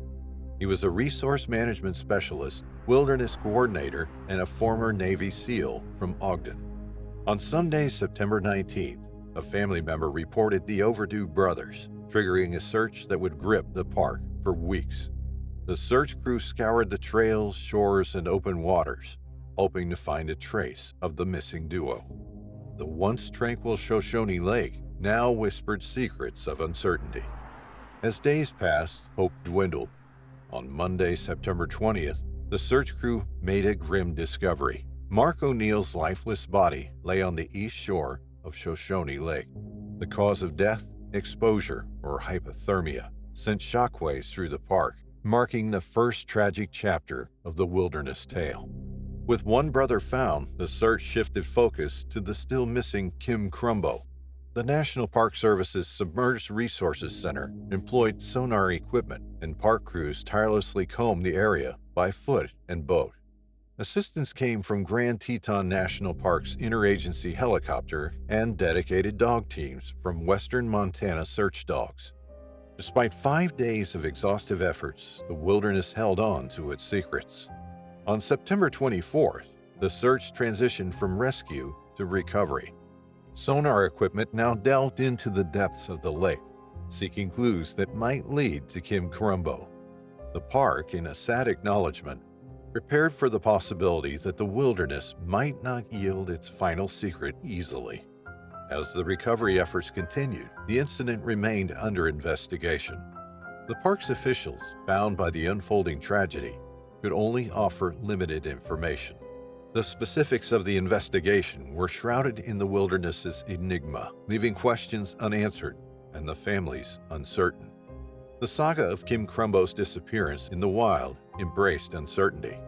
Yellowstone, a haven for natural wonders, now held within its borders a story of loss, resilience, and unanswered questions. Fueled by dedication, the park's search and rescue teams continued their quest, hoping to bring closure to a tale that unfolded in the heart of the untamed wilderness. As the echoes of Shoshone Lake's waves whispered through the landscape, the fate of Kim Crumbo remained uncertain, leaving a poignant mark on the park's history, where beauty and mystery often walked hand in hand. No one knew that a professional river guide and Navy SEAL would meet his fate like this and would be forever lost in the cruel waters. In the vast wilderness of Banff National Park, a tale unfolds beneath the towering presence of Mount Rundle, a story that whispers through the pines and echoes off the rocky faces of the Canadian Rockies. It begins with Ralph Greenaway, a man whose life was a canvas painted with the bold strokes of adventure and the finer details of a passion for flight. Ralph, at the age of 40, had carved a niche for himself in the world of extreme sports. A seasoned base jumper with 20 years of leaps into the void, His life was a testament to pursuing that exhilarating moment between jump and landing. Beyond the thrill, Ralph was an avid outdoorsman, a mountaineer who had felt the call of the peaks early, and an Ironman whose physical prowess was matched only by his determination. His ambition in the skies paralleled his love for the mountains. Working towards a career as a helicopter pilot, Ralph sought to marry his passion for flight with a life above the ground. Friends would often label him crazy for the life he chose to lead, but those who truly knew him understood the depth of his calculations, the careful consideration behind each jump, and the profound joy he found in the air. Jessica Taylor, a friend and climbing partner, knew the man behind the jumps. Together, they had shared countless adventures, tied together not just by ropes, but by a shared understanding of what it meant to push the limits. Ralph did not shy away from risk. Instead, he met it with open arms, acknowledging the dangers while embracing the beauty of the challenge. August 31st, 2014, marked the beginning of a mystery that would capture the imaginations and hearts of the Banff community and beyond. Ralph had hinted at plans for a jump from Mount Rundle, a feat of physical skill and mental fortitude. That evening, as twilight brushed the tips of the Rockies, Ralph's vehicle was found at the trailhead, a silent sentinel to his intentions. His winged suit and parachute were missing, the tools of his trade and the precursors of his latest quest. Mount Rundle stood imposing against the skyline, its east face a siren call to those, like Ralph, who sought to dance with the sky. With its rugged terrain and unpredictable weather, the mountain was a formidable opponent, offering both the allure of the climb and the peril of the descent. The days following Ralph's last known plans unfolded with a growing sense of unease. Search and rescue teams scoured the probable terrains, hampered by the onset of unseasonal snowfall that blanketed any trace of Ralph's passage. The park, usually a place of awe-inspiring beauty, became the backdrop for a search that grew more desperate with each passing hour. The absence of a precise flight plan, Ralph's choice of dark attire, and the lack of an emergency locator beacon compounded the difficulties of the search. The silence from his cell phone, which might have offered a clue to his whereabouts, remained unbroken, adding to the mystery. As the search continued, theories abounded. Some whispered of an ultimate flight, a jump that had merged man with a mountain in a way that left no trace. Others pondered the possibility of a misstep, a moment's miscalculation that had led to an untimely end. But amidst the speculation, one thing remained clear. Ralph Greenaway, a man whose life was a symphony of calculated risks and breathtaking leaps, had vanished into the heart of Banff, leaving behind questions that echoed like the call of the wild. In Banff National Park, where the mountains stand guard over secrets old and new, the story of Ralph Greenaway is whispered on the wind, a tale of adventure, mystery, and the eternal quest for flight. On a fateful day in April 2015, the Shanbrook family was nestled in the embrace of Victoria's Lake Eildon National Park, where the beauty of nature was meant to be the backdrop for family bonding and peaceful moments. 11-year-old Luke Shanbrook, with his gentle nature and curious spirit, was among those relishing the freedom that such an open space provided. The day was unfolding like any other in the campgrounds of Candlebark, with laughter and lighthearted conversations filling the air. Luke, a boy whose world was painted in unique shades by his autism, found joy in the little things others might overlook. His condition made him perceive the world differently, adding a layer of profound innocence to his interactions with his surroundings. On this day, however, the very trait that made Luke so special would also render him especially vulnerable. As the morning progressed, Luke wandered a little away from the campsite, drawn perhaps by the allure of the bushland's hidden wonders, or the simple pleasure of exploration. The area, vast and teeming with the untamed beauty of dense underbrush and towering trees, was a natural magnet for a curious child. But in a heartbreaking twist of fate, it became a maze from which Luke could not find his way back. His disappearance was not immediately noticed. The tranquility of the setting and the family's engagement in their camping activities masked his absence. The alarm was raised only when a silence, unusual and heavy, fell upon the group. Luke was missing. The realization struck with the force of a physical blow, sending waves of panic through the hearts of the family. The search began frantically. Shouts of Luke's name pierced the stillness of the national park. Each call met with silence. The family's initial efforts to locate him quickly spiraled into a desperate plea for help as the park's vastness became apparent. With his limited ability to communicate and his unfamiliarity with danger, Luke had vanished into the embrace of the wilderness. The day had turned on its head, the serene setting now a vast expanse of uncertainty. Once bound by the joy of their outing, the family was now united in a singular, harrowing purpose: to find Luke. As the hours ticked by, the gravity of the situation set in. Luke was alone in the wilderness, caught between his innocent curiosity and the daunting reality of nature's indifference. They combed the national park tirelessly, aided by campers and civilian volunteers who came in droves, drawn by the boy's plight. The discovery of his beanie near Devil's Cove was a glimmer of hope, a tangible piece of him that suggested he had wandered away from the water. Amid the sprawling search effort, it was the keen eye of Acting Sergeant Brad Pascoe from the police air wing that spotted the nearly invisible flash in the dense scrub. The helicopter turned, hearts pounding as the crew zoomed in on what appeared to be a small, solitary figure. It was Luke, sitting on sloped ground, a sight that brought tears and relief in equal measure. The moment of discovery was charged with emotion. Luke, found off Skyline Road about 3 kilometers from where he had last been seen, was a testament to survival. His body bore the marks of his ordeal: exhaustion, hypothermia, dehydration, and the countless mosquito bites and scratches from thorn bushes that told the silent story of his 6-day struggle in the wilderness. Rescuers wrapped him in a foil blanket, a symbolic gesture of warmth and protection, as they offered him water and a bread roll. Luke's inability to communicate did not diminish the miracle of his survival. He had navigated steep rocks and dense scrub, enduring cold nights with temperatures as low as 3 degrees Celsius, all while his speech limitations cloaked the details of his incredible journey in mystery. As Luke was stretchered out, his mother's kiss and the foil blanket wrapped around him became symbols of a family reunited against the odds. The community's joy was palpable.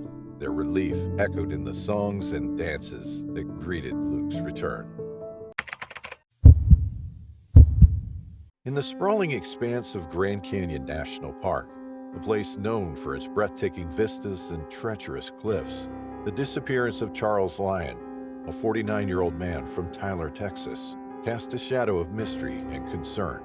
It was June 10, 2021, when Charles was last seen at a hotel in Tucson, a small town nestled just outside the park's boundaries. His presence there was unremarkable, blending into the throngs of tourists that passed through each day, eager to witness the natural grandeur of the canyon. Yet Charles was not just another tourist. He was a man on a solo journey, perhaps seeking solace or adventure within the vast wilderness of the Grand Canyon.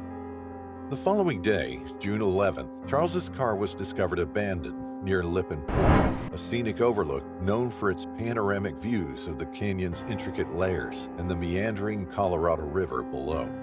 This discovery prompted the National Park Service Rangers to initiate a search operation. With no clue as to why Charles had ventured into the park alone or what his intentions were, the search teams combed the area, both on the ground and from the air. Helicopters buzzed over the rugged landscape, while search and rescue teams traversed the trails and backcountry, calling out for Charles, hoping for a response that never came. As the search extended into weeks, the National Park Service announced a scaling back of the operation. The initial surge of efforts to find Charles was reduced to more targeted actions, focusing on community outreach and utilizing patrols and helicopter flights during regular operations. Charles stood 6'3" tall, weighed 177 pounds, and had brown hair and brown eyes, a description that was circulated widely in hopes that someone might have seen him or could offer new information. Yet despite the extensive search efforts and public appeals, Charles remained missing. The Grand Canyon, a marvel of nature's handiwork, has been a site of awe and inspiration for countless visitors. However, it has also been a place where over 600 people have lost their lives, succumbing to accidental falls or the harsh environmental conditions that can prevail. The mystery of Charles's disappearance added another somber note to the canyon's history, reminding us all of the respect and caution this natural wonder demands. In Tyler, Texas, Charles's absence left a void in the hearts of those who knew him. Rumors and theories abounded, with each person trying to make sense of why Charles would vanish into the depths of the Grand Canyon. Was he overwhelmed by personal demons, or was he seeking a connection with the sublime beauty of the natural world? These questions lingered unanswered as the search for him continued in a limited capacity. As days turned into months, the story of Charles Lyon remained a topic of conversation among the locals in Tucson and the wider community of Grand Canyon enthusiasts. Rangers continued to follow up on any new leads, their dedication unwavering, even as the trail seemed to grow cold. The mystery of Charles's disappearance became part of the lore of the Grand Canyon, a reminder of the park's vastness and the secrets it could hold. Through the lens of humor, one might imagine Charles embarking on an unintended adventure, perhaps getting hopelessly lost on a trail, only to be adopted by a family of mule deer who admired his height and decided he was one of their own. Or maybe he discovered a hidden cave, decided to live out his days as a hermit, leaving behind the complexities of modern life for the simplicity of nature. These fanciful scenarios, while amusing, served as a coping mechanism for those grappling with the reality of his absence. In the end, the story of Charles Lyon is a tapestry of mystery, nature's majesty, and the human spirit's quest for meaning.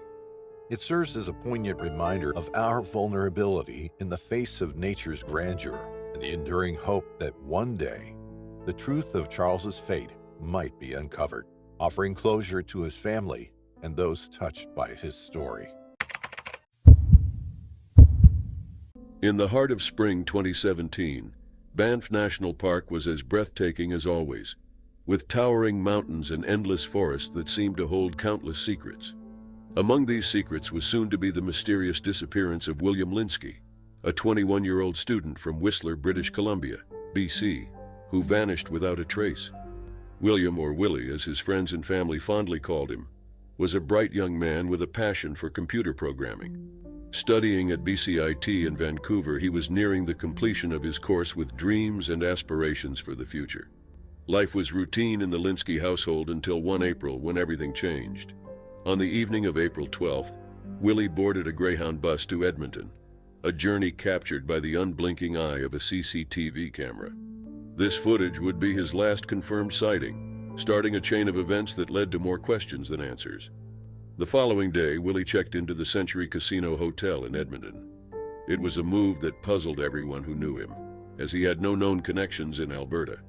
Then on April 14th, a ping from his cell phone in Calgary offered a fleeting hope, quickly dashed when it became the last activity recorded from him. Back in Whistler, his family was engulfed in worry. His brother was the first to notice Willie had yet to come home. The silence from his phone and the sudden halt of activity on his social media and bank accounts deepened the mystery. The Vancouver police, upon tracing the cell phone ping to Calgary, prematurely closed their investigation, leaving the Linsky family in despair. Months passed with no word from or about Willie until a surprising discovery in Banff ignited hope. His ID was found hidden within the cushions of a couch in Cascade Plaza Mall. This seemingly insignificant clue was monumental for Willie's mother, Heather. It was a tangible piece of her son, found miles from where he was last seen. Driven by a mother's undying hope, Heather traveled from Whistler to Banff. Her mission was clear: to find any trace of her son. With its similarities to Whistler, Banff felt like a place Willie could be drawn to. Heather's days were spent talking to locals, putting up posters and retracing the steps that her son might have taken. Each poster she placed was a call for help, a mother's plea to the world to bring her boy back. The streets of Banff, usually a haven for tourists seeking adventure, became the backdrop for a story of love, hope, and the anguish of the unknown. As the search for William Linsky stretched, the absence of concrete evidence or sightings since discovering his ID in Banff deepened the mystery. Was Willie's disappearance a deliberate act of starting anew, or was something more sinister at play? The lack of clear answers painted a picture that was as baffling as it was distressing. One prevailing theory suggested that Willie might have been experiencing the onset of schizophrenia. Given his age, it was a plausible explanation, yet those who knew him best couldn't recall any signs of such struggles. The sudden nature of his departure, leaving behind all forms of contact and financial activity, didn't fit the pattern of someone grappling with such internal turmoil. Or perhaps it did in ways not yet understood, adding layers to the mystery. Another speculation was that Willie had ventured into the unknown to meet someone he had connected with online. In the digital age, where relationships and identities can be as fluid as the rivers that carve through the landscapes of Banff and Whistler, could Willie have sought an escape or an adventure with a stranger? All of these elements wove a complex tapestry of questions without answers. As Heather walked the streets, her heart oscillated between hope and despair. Each new face brought a momentary leap of the heart, wondering if they might have seen Willie. Each night brought a heavy blanket of uncertainty, the pain of not knowing where her son was or if he was safe. In the end, the story of Willie is a mosaic of possibilities, a narrative unfinished, waiting for the missing piece that might one day emerge from the shadows to illuminate the truth. In the large areas of the Grand Canyon, where the majestic Colorado River has carved its way through the Arizona landscape for millions of years, the year 1957 marked the mysterious disappearance of a young woman named Mary Margaret Begay. At the tender age of 20, Mary left the comfort of her home in Loop to work at the Bright Angel Lodge, a popular stop for visitors of the Grand Canyon National Park. Little did she know that her new beginning would soon turn into an enigma that would baffle investigators for decades. Mary's daily routine at the park was uneventful until one fateful day in August, when she decided to enjoy a night out with 3 of her friends. They set out from their employee housing, walking to the now demolished Grand Canyon Inn, their hearts light and spirits high, eager for some relaxation after days of hard work. The evening was filled with laughter and the clinking of glasses as they indulged in the pleasure of each other's company. However, as the night wore on, Mary made a decision that would forever alter the course of her life. She was last seen getting into a vehicle with 2 men, strangers to her friends, described only as being of Hopi descent. From that moment on, Mary Margaret Begay vanished into the night, leaving behind nothing but questions and the haunting silence of her absence. The disappearance of Mary was not immediately alarming to the authorities or her employer. In a time when communication was not as instant as it is today, it was not uncommon for individuals to go off the grid for short periods of time. However, as days turned into weeks without any sign of Mary, concern began to mount. Her employer, having no tolerance for unexplained absences, terminated her position and packed away her belongings, an act that now seems cold in the light of her mysterious absence. It was only when Mary's family came to visit, expecting to find her thriving in her new environment, that the alarm was raised. They were met with the shocking reality that Mary was gone, her whereabouts unknown. The family reported her missing to the Navajo authorities, but the bureaucratic gears turned slowly, and it was not until a year later that the Coconino County Sheriff's Office became aware of Mary's case. The investigation into Mary's disappearance was complicated from the start. In October 1958, a grim discovery of skeletal remains near the Grand Canyon sparked hope that Mary might be found. However, this hope was quickly dashed when the remains were identified as belonging to a younger, non-Native American girl, dubbed Little Miss X, whose case also went cold. As the years passed, various leads and theories emerged, including speculation that Mary had chosen to start a new life away from her family in Los Angeles or Oregon. Friends and acquaintances whispered rumors of marriage and children, but every lead turned into a dead end. The investigator on Mary's case, Joe Sumner, a retired National Park Service criminal investigator, expressed his skepticism about these theories, noting Mary's close relationship with her family and the lack of any evidence to suggest she was still alive. The case of Mary Margaret Begay became a haunting presence in the annals of the Coconino County Sheriff's Office's Cold Case Unit. More than 50 years later, Mary's family members passed away, carrying the burden of her unresolved disappearance. Despite advancements in forensic science, including the collection of DNA samples from Mary's surviving sister, in an attempt to find a match, the mystery remained unsolved. The search for Mary's remains and the quest for answers continued, with the hope that one day, closure could be provided to her surviving relatives. In the grand scheme of things, Mary's story is a poignant reminder of the countless individuals who disappear without a trace, leaving behind families and communities grappling with endless questions. It underscores the challenges faced by law enforcement in solving cold cases and the importance of never giving up hope. As the narrative of Mary Margaret Begay unfolds, it weaves a tale of mystery, loss, and the relentless search for truth, set against the backdrop of one of America's most breathtaking natural wonders.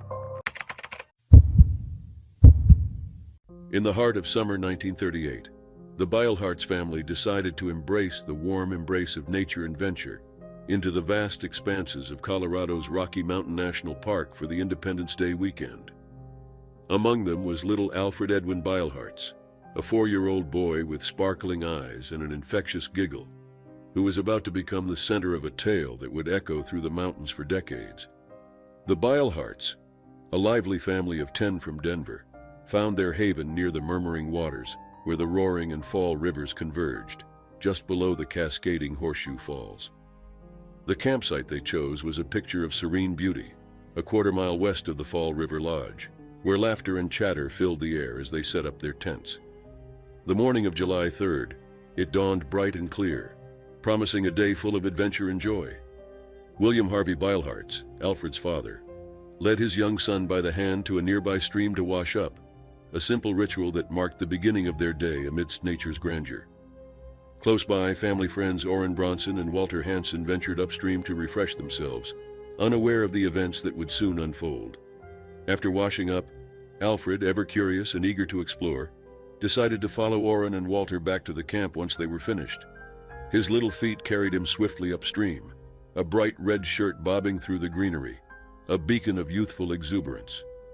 However, they were alone when Orrin and Walter returned to the campsite. Alfred was nowhere to be seen. In those brief moments, the boy had vanished, leaving behind a silence that was as palpable as it was ominous. The tranquility of Rocky Mountain National Park was shattered, replaced by a growing sense of dread. What followed was a search that mobilized over 100 people, drawing in members of the Civilian Conservation Corps, park rangers, and volunteers. They scoured the forest, riverbanks, and rugged terrains, their voices calling out for Alfred, hoping against hope for a sign, any sign, of the young boy. But the mountain held its secrets close. Reports emerged of Alfred being spotted atop a remote outcrop known as Devil's Nest, and whispers of a mysterious man seen with a child on a road nearby wove themselves into the fabric of the search, adding layers of mystery and heartache. Days turned into weeks, and the extensive efforts to find Alfred yielded nothing. The river was dammed and searched, sniffer dogs lost the scent, and a piece of soiled bandage in an abandoned cabin offered a glimmer of hope that quickly dimmed. Desperate for answers, the family clung to the belief that Alfred had been abducted, a theory fueled by a ransom note that surfaced months later, promising the return of their son for a price. Yet this lead, like so many others, faded into the realm of unanswered questions. The disappearance of Alfred Edwin Beilharz became a tale etched into the lore of the park, a poignant story of joy turned to despair amidst the backdrop of America's rugged beauty. It is a haunting reminder of nature's ability to awe and mystify the thin line between adventure and tragedy. As the years passed, the Beilharz family was left with the heavy burden of the unknown, their lives forever marked by the mystery of what happened to little Alfred in the vast expanse of Rocky Mountain National Park. It is a tale of love and loss, of a family's enduring quest for answers in the hope of finding peace amidst the echoes of laughter that was silenced too soon. In the heart of the Canadian Rockies, amidst the sprawling wilderness of Banff National Park, a tale of bravery, passion, and mystery unfolds. It's the story of Sergeant Mark Celeste, a 44-year-old search and rescue technician from 435 Transport and Rescue Squadron, based at 17 Wing, Winnipeg, whose life was a testament to service, adventure, and an undying love for the mountains. On a crisp February morning in 2015, Mark set out with his team for a routine mountain training exercise on the icy expanse of Polar Circus, a well-known frozen waterfall ice climb on the park's northern end. Known to his peers as a seasoned climber and a man of exceptional skill, Mark was the embodiment of dedication. This figure had served his country with honor, from Africa to Croatia, and found solace and thrill in embracing nature. But as the daylight waned on that fateful Thursday afternoon, an unexpected avalanche swept through the Polar Circus route. A monstrous cascade of snow and ice caught Mark in its path. The incident, occurring around 6 p.m., plunged the team into chaos and fear, marking the beginning of a search that would grip the hearts of many nationwide. Liz Quinn, Mark's mother, stood hundreds of miles away in Moncton, New Brunswick, her heart heavy with a mother's intuition that something was amiss. Her words, filled with hope and dread, echoed the sentiments of a family bracing for the worst. Mark's passion for the mountains was unparalleled. He was a man who found his calling among the peaks and valleys, dedicating his career to rescuing those in peril. His training and experience, coupled with a bravery medal from the Governor General, painted a picture of a hero. Yet even heroes find themselves at the mercy of nature's unpredictable fury. As the search turned into a recovery operation, the conditions on Polar Circus proved formidable. Avalanche hazards, deteriorating weather, and the cloak of nightfall hampered the initial rescue efforts. After an extensive search through the avalanche debris, Mark's climbing partner found no sign of him, descending alone with a heart weighed down by uncertainty and sorrow. The community rallied, with visitor safety specialists from Banff, Yoho, Kootenay, and Jasper involved in the search, and the Parks Canada warden dog handler.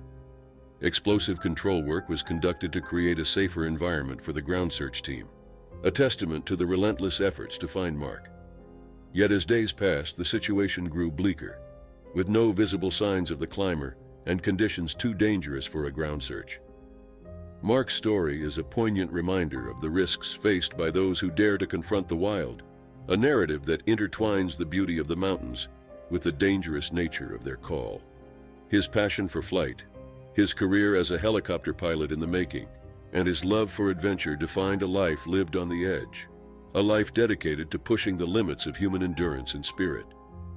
As theories about his disappearance circulated, from the possibility of a freak accident to the harsh judgment of nature, the mystery of what truly happened to Mark Celeste on that icy slope remains. Did he fall victim to an unseen hazard, or did the mountain claim one of its most ardent admirers in a moment of fury? The story of Sergeant Mark Celeste is a tapestry of courage, mystery, and the unfathomable depths of a mother's love. It's a narrative that resonates with the echoes of his laughter, the memories of his bravery, and the silent, snow-covered expanse of Polar Circus, where the spirit of a man who lived and breathed for the mountains continues to soar. On October 14, 2006, the serene landscape of Crater Lake National Park, nestled in the heart of southern Oregon, became the backdrop for a story that would etch itself into the annals of the park's mysterious history.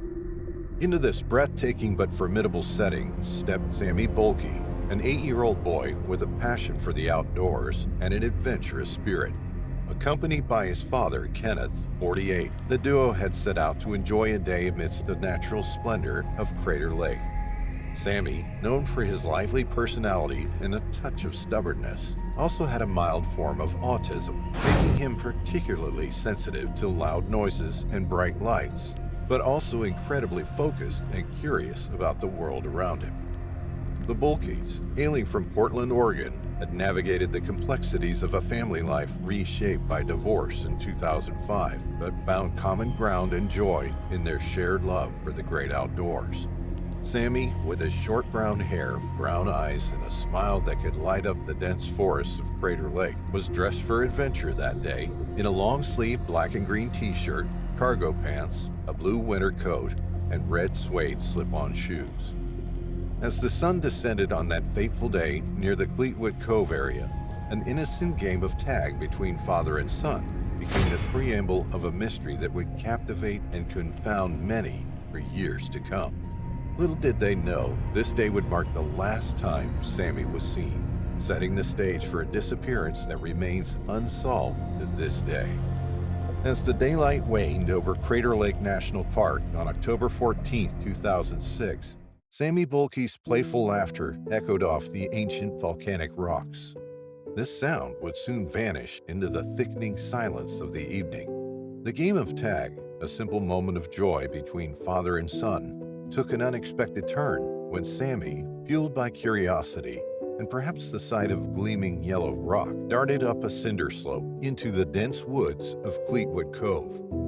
Kenneth, momentarily distracted by the beauty of the lake or perhaps the task of gathering their belongings, looked up to find his son's figure disappearing into the forest. Panic set in as he realized Sammy was not within sight.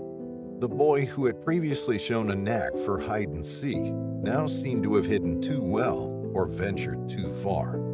Sammy, with his mild autism, had always found comfort in small, enclosed spaces, making him an adept hider. However, this environment vastly differed from the familiar playgrounds and community centers. Crater Lake's vast wilderness, with its rugged terrain and thick underbrush, could disorient even the most experienced adventurers. Kenneth's initial search yielded no results, pushing him to alert the park authorities. What followed was an extensive search operation that mobilized over 200 personnel, including expert trackers, search dogs, and helicopters. They combed through 6 square miles of forest and volcanic rock, where nature overshadowed human efforts with its sheer scale and unpredictability. As days turned into weeks and weeks into months, no trace of Sammy was found. Not even the red suede shoes he wore that day, or the black and green t-shirt that should have stood out against the natural backdrop. Theories about his disappearance began circulating, ranging from the plausible to the outlandish. Some pondered if Sammy, in his exploration, might have stumbled upon a hidden crevice or fallen into one of the park's many steep ravines, becoming unreachable. Others whispered of Crater Lake's deep waters, suggesting he somehow made his way to the lake itself, a scenario fraught with danger given the cold temperatures and the legend of the Old Man of the Lake. Amidst the search and speculation, the spiritual beliefs of the native Klamath people about Crater Lake being a battleground for the spirits Skell and Lau added a layer of mystery. Could Sammy have encountered something beyond the ordinary that spirited him away from the physical world? This theory, while fantastical, resonated with those who knew the park's sacred and sometimes eerie atmosphere. Kenneth and the rest of the Bulkey family were left in a limbo of grief and unanswered questions. The pain of not knowing Sammy's fate was a heavy burden, compounded by the wild nature of Crater Lake, a place of beauty that had turned into a setting for their worst nightmare. Our story begins in the vast and majestic Yellowstone National Park, surrounded by rocky mountains and flowing rivers. The park was a place coordinated with wildlife and adventure. Inside the beautiful Yellowstone National Park, Darian Laddie served as a park ranger in Roosevelt Lodge. Hailing from the quiet community of Demarest in northeastern Georgia, Darian was on a thrilling summer escapade as a seasonal employee at the lodge. On August 11, 2014, Darian and 2 fellow Yellowstone National Park concessionaire colleagues went on an unusual adventure. They were holding inner tubes in their hands. They planned to float down the calm Lamar River, surrounded by the captivating beauty of bison and the excitement of late summer anglers. When they started their float in Lamar River, they didn't prefer to use inner tubes as the water was very calm and there was no need for the tubes. However, the pace of their float took an unexpected turn as they entered the confluence of Lamar and Yellowstone rivers, still raging with high and fast waters. Sensing danger, they promptly left the river, but Darian did not follow suit. When Darian saw the confluence of strong and angry waves, he regretted his decision not to use the inner tube. The situation worsened as he was also not wearing the life jacket. Without the inner tube and lacking a life jacket, he was last seen at 7:30 p.m. on that unfortunate Monday, helplessly propelled downstream by the rushing waters. The trio had gone against the rules by venturing into the forbidden activity of floating the river. The authorities were now faced with the pressing concern of finding young Darien, who had become a victim of the ferocity of the mighty Yellowstone River. As the news of Darien's disappearance spread like wildfire, a quick and efficient search effort started on that Monday evening.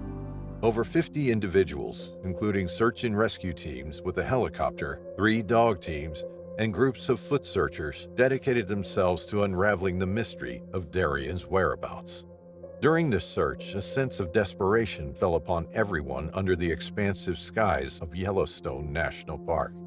The searchers faced difficulties because of the Yellowstone River's extreme environment and erratic behavior. Every step was a reflection of their mutual commitment to finish the search. The helicopter blades slashed through the air, throwing shadows across the ground. It was a symbol of hope in the mystery of Darien's absence. As night fell, the search became more intense, and the combined efforts of multiple teams created an image of devotion. With their sharp senses tuned to any hint, the 3 dog teams searched the park, bringing expertise to the hunt. Searchers on foot navigated the park's varied habitat, walking through deep forests and along riverbanks, looking for any indications of the missing individual. The authorities were united in the attempt to locate Darien and reveal the truth shrouded inside the broad boundaries of Yellowstone National Park, as evidenced by the coordinated efforts of everybody involved. Days passed, and the suspense heightened as late on Friday, August 15, 2014, searchers glimpsed what seemed to be a submerged body pinned to a large rock in a rugged section of the Yellowstone River. The discovery was approximately a quarter-mile downstream from Darien's last sighting. The body was found, however, it was not possible to get to the body because of the ferocity of the river. The search took a decisive turn on Saturday when a swiftwater rescue team from Gallatin County, Montana, joined the team. Along with kayaks and a raft anchored to both riverbanks, they navigated the treacherous waters to dislodge and recover Darien's lifeless body. The remote area posed challenges, but a helicopter proved instrumental in removing his body from this inaccessible terrain. That Saturday evening, the sad task of identification fell to the coroner. For days, the gripping mystery of Yellowstone National Park was resolved, but Darien Laddie's ill-fated journey remained a cautionary story. In the center of the gorgeous national park, where the Lamar River Valley echoes with the whispers of wildlife, the memory of Darien's adventurous spirit became a part of the park's history. The authorities reinforced the importance of adhering to safety guidelines, turning Darien's tragic tale into a cautionary reminder for all who love exploring nature's untamed beauty. The story also describes the importance of obeying the orders and rules issued by the authorities. The authorities know better how to manage the safety of people and wildlife. The employees must follow guidelines and precautions.